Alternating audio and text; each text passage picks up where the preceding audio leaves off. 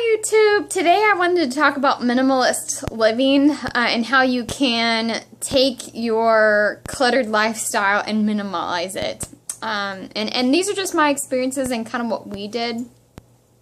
Along with moving, which you get rid of a lot of stuff when you move, go through your whole house and just organize everything and decide right away, do I need this, should I keep it, or should I get rid of it, you know?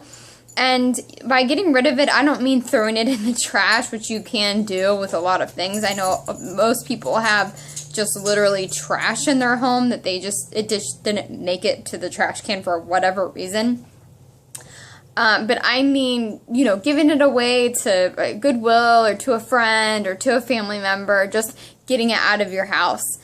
So once you've done that, go through each area, and then if you think, oh, I don't want to give this away, I want to keep it, but I don't really use it that often, set it aside in a certain area, and if you don't use it, they say anywhere from 3 to 6 months, then get rid of it at that point.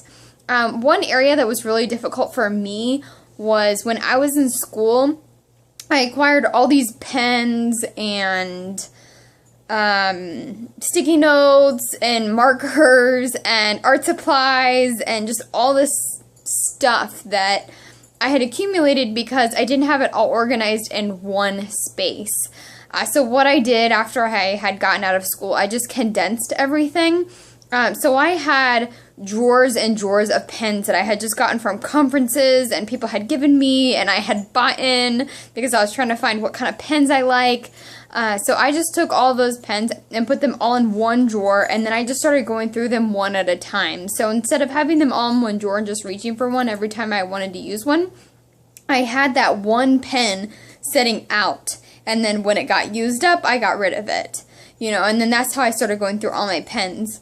I also did give a lot of them away just because I had probably thousands of pens. It was ridiculous. I don't even know where I got all these pens from.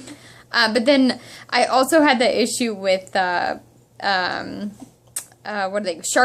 For some reason, we had tons and tons of Sharpies, like, you know, probably like 50 Sharpies. So I did give a lot of them away to my friends because Sharpies can be expensive.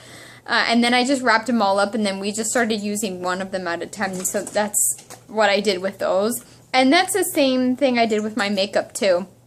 Let's see. So I had a few, like, I'm sure you all probably use, like, a few, sorry, that's my dog over here.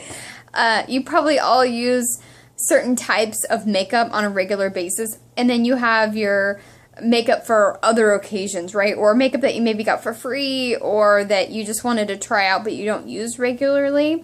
I'd encourage you to separate those two makeups and then decide, do I want to keep these, or yes, I do use that for special occasions. And then just make sure that you're using the same kind, and then that way you're going through everything, and that'll help you with more minimalist living. So it's not so immediate of minimalist living, but over the long period of time, you know, hopefully you'll get through all of it in a year. You'll decide that there's certain things that you don't need, and then when you're going and buying things in the future, you'll know from then on, okay, I like this kind of stuff, I don't like this kind of stuff, I'm not going to buy this anymore because I didn't use it when I did buy it previously, and so on and so forth. Another thing about living a little bit more minimally,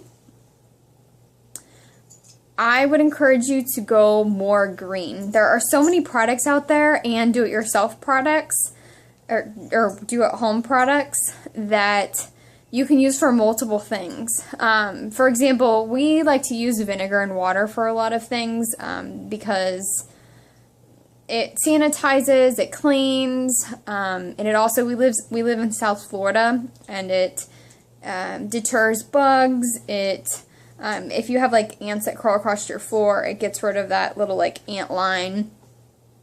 And if you live in South Florida or any tropical area, you know exactly what I'm talking about. You just sometimes get a bug or two in your home. You know, it's like just a natural, everyday part of life, really. So we like to use the vinegar water mix, and that's what we use for a lot of our products. And then I just label them instead of having, you know, window cleaner and floor cleaner and counter cleaner and, you know, all this other stuff, right? You can also use different products like Castile soap. A lot of people use. I know Method is a really popular all-natural cleaner that you can use on your floors and on your countertops. People use that. They use the same brand, I think, for like a freshener.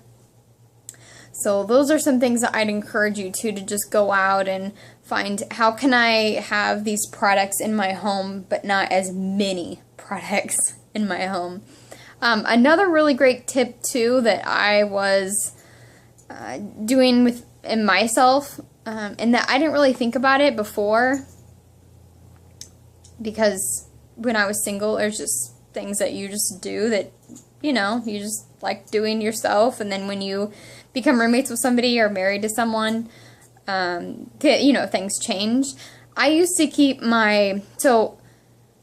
I used to have a back stock of products. For example, the shampoo that I bought, I'd always get them at a yearly sale because I got them cheaper, and then I'd always keep them all in the bathroom. And that never bothered me. I liked having them right there available. But now I have this one spot, it's in our closet, and that's where I have all of our backup products, you know, or like our extra products. Like I used to buy vinegar in bulk because it was cheaper like that, and I used to keep that in that one area instead of having all the vinegar in the kitchen. I now just keep the essential vinegar in there, and then I keep the backup vinegar in the, you know, this one spot. And same with like the shampoo. I keep the, you know, we just keep one shampoo, one conditioner in the bathroom, and then all the backup stuff in this one spot in the closet, and that's organized where you can find everything pretty easily. Also with minimalists, trying to be more minimalist, think about what you buy before you buy it. And I know that sounds very simple and very duh, but I think a lot of people just buy, and that's why they have all this stuff and all this clutter, is because they're not thinking about, do I really need this product or this handbag or this shirt? Am I going to wear it on a regular basis, you know? Or am I buying this for a special occasion kind of a deal, instead of, oh, I just like this shirt, I want to buy it. You know, you have to think about, am I going to wear it on a regular basis? If not, am I buying it for a special occasion? If not, am I buying it for someone else? You know, don't just buy things to buy things. So it sometimes takes a little bit longer to shop, but you don't have as many things as in your home. You don't have as much outgoing. And I see a lot of videos about that, about people purging their homes. And by purging, I mean people buying things, and then a month later they have like these purge bins, where they have these bins that are kind of in this middle transition stage where they don't use them all the time, but they're thinking about getting rid of them. I understand that, but I don't really see the point in it. I mean, if you're not using it, you're not using it, get rid of it. Why did you even buy it in the first place? Or why aren't you letting someone else use those items? I don't know. I just don't really understand the middle thing. But that's an idea too, to have that kind of, you know, bin in each room. A lot of people have a bin in each room to decide if they want to get rid of it or keep it, and they keep it for like 3 to 6 months in this bin to decide if they're going to get rid of it or not.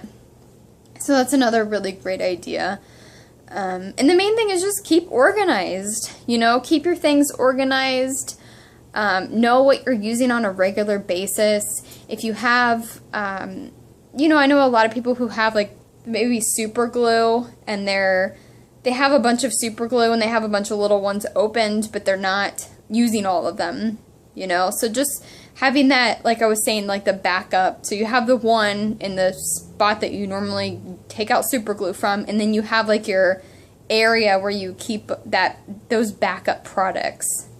you know, and then when you run out of the super glue, for example, in that area, you just go to your, you know, your backup area or your almost store area and see if you have extras, and if you don't, you know, you go buy it, right? Unless you're a couponer, extreme couponer, then you already do those things. But I hope that's helped YouTube. I know that process has helped us a lot.